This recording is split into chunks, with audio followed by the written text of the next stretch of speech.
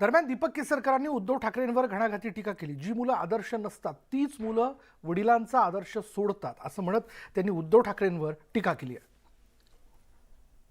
हे त्या थोर माणसाचे असतात। थोर माणसांचे विचार कोण चोरू शकत नाही, त्यांची मुलं सुद्धा चोरू शकत नाही। आणि जी मुलं आदर्श मुलं नसतात तीच मुलं आपल्या वडिलांचे आदर्श सोडून दुसरीकडे जातात। आम्ही बाळासाहेबांच्या विचारापासून कधी लांब गेलो नाही। त्यांचा हिंदुत्वाचा विचार, त्यांचा मराठी माणसाचा विचार आम्ही कधी सोडलेला नाही। आता आपण बघणार आहोत पुढली बातमी अशी की महाराष्ट्र केसरीचा थरार आज महाराष्ट्राला अनुभवता येणार आहे। आज महाराष्ट्र केसरीची मानाची गदा कोण पटकवणार याचं उत्तर मिळणार आहे। गादी विभागात पैलवान शिवराज राक्षे आणि पैलवान हर्षवर्धन सदगीर यांचा मुकाबला होणार आहे, तर माती विभागात पैलवान सिकंदर शेख आणि पैलवान महेंद्र गायकवाड यांच्यात झुंज होणार आहे। या दोन्ही गटातील विजेते महाराष्ट्र केसरीच्या मानाच्या गदेसाठी भिडणार आहेत। यंदाचा महाराष्ट्र केसरी कोण होणार याची उत्सुकता तमाम महाराष्ट्राला असणार आहे।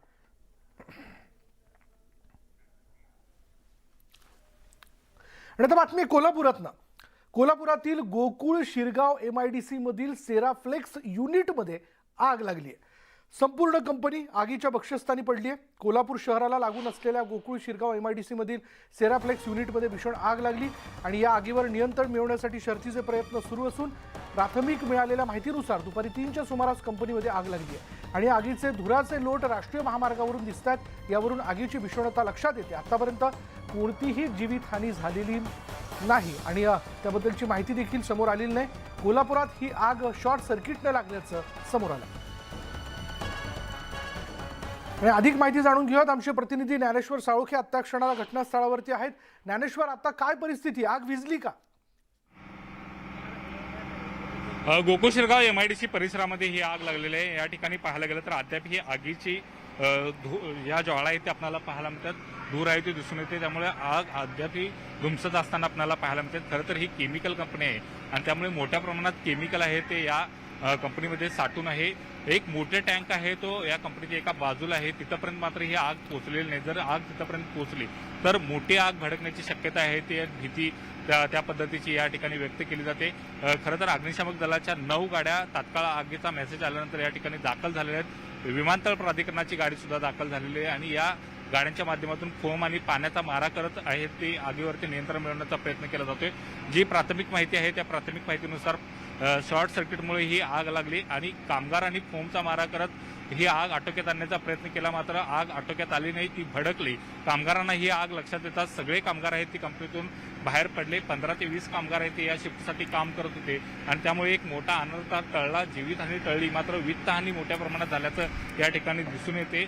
अद्यापही ऑपरेशन आहे ते सुरू आहे। आतमध्ये जे गोडाऊन आहे तिथं ही आग अद्यापही धुमसताना पाहायला मिळतात, मात्र या कंपनीच्या काही भागावरती अग्निशामक दलाने नियंत्रण आहे ते मिळवलेलं आहे, तिथं कूलिंगचं काम सुरू आहे। मात्र कंपनीच्या जवळ आहेत ते गाड्या जाण्यासाठी अरुंद रस्ते असल्यामुळे अग्निशामक दलाच्या गाड्या तिथपर्यंत नेताना मोठी कसरत करावी लागते।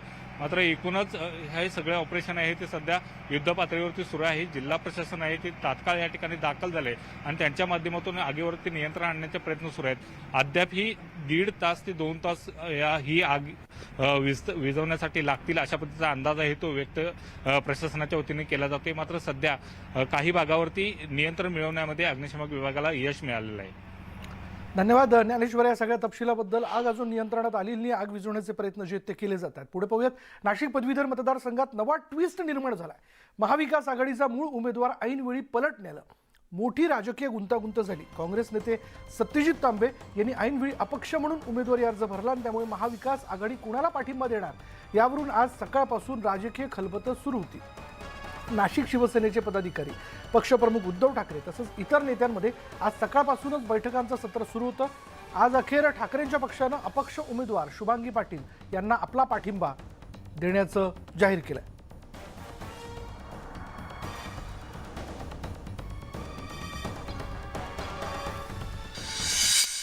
शुभांगी पाटील यांना नाशिकच्या वतीने महाआघाडीच्या वतीने पाठिंबा देण्याचं ठरवलेलं आहे।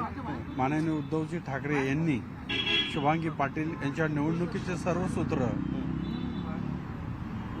दर्याडेंकडे दिलेलं आहे आणि आम्ही सर्व नाशिकचे जेवढे पदाधिकारी आहे आजपासून त्या ताईंच्या प्रचाराला आणि त्यांना निवडून कसं आणायचं यासाठी कामाला लागलो. शुभांगी पाटीलच हे आमचे आता अधिकृत उमेदवार आहे. साहेबांनी आणि सगळ्या आमच्या म्हणजे महाविकास आघाडीने नक्कीच चांगला विचार केला असेल, कारण की काम करणाऱ्याला आणि पहिली महिला पदवीधर आमदार करण्यासाठी त्यांनी सगळ्यांनी पाठबळ जर दिलेलं आहे तर नक्कीच मी त्यांना हे करेन. मी अजूनही अपक्षच आहे, कारण की एबी फॉर्म कोणाचाच नाही, म्हणून आपण अपक्षच आहोत. पण पक्षश्रेष्ठ जो निर्णय घेतील त्याच्यावर. शुभांगी पाटील यांची नेमकी पार्श्वभूमी आपण जाणून घेऊयात. त्यांचं शिक्षण हे BA, DED, MA, BEd, LLB असं झालेलं आहे. त्या भास्कराचार्य संशोधन संस्था, जी संस्था धुळ्यामध्ये, तिथं शिक्षिका आहेत. शिवाय महाराष्ट्र टीचर्स असोसिएशन आणि महाराष्ट्र स्टुडंट्स असोसिएशनच्या त्या संस्थापक अध्यक्ष आहेत.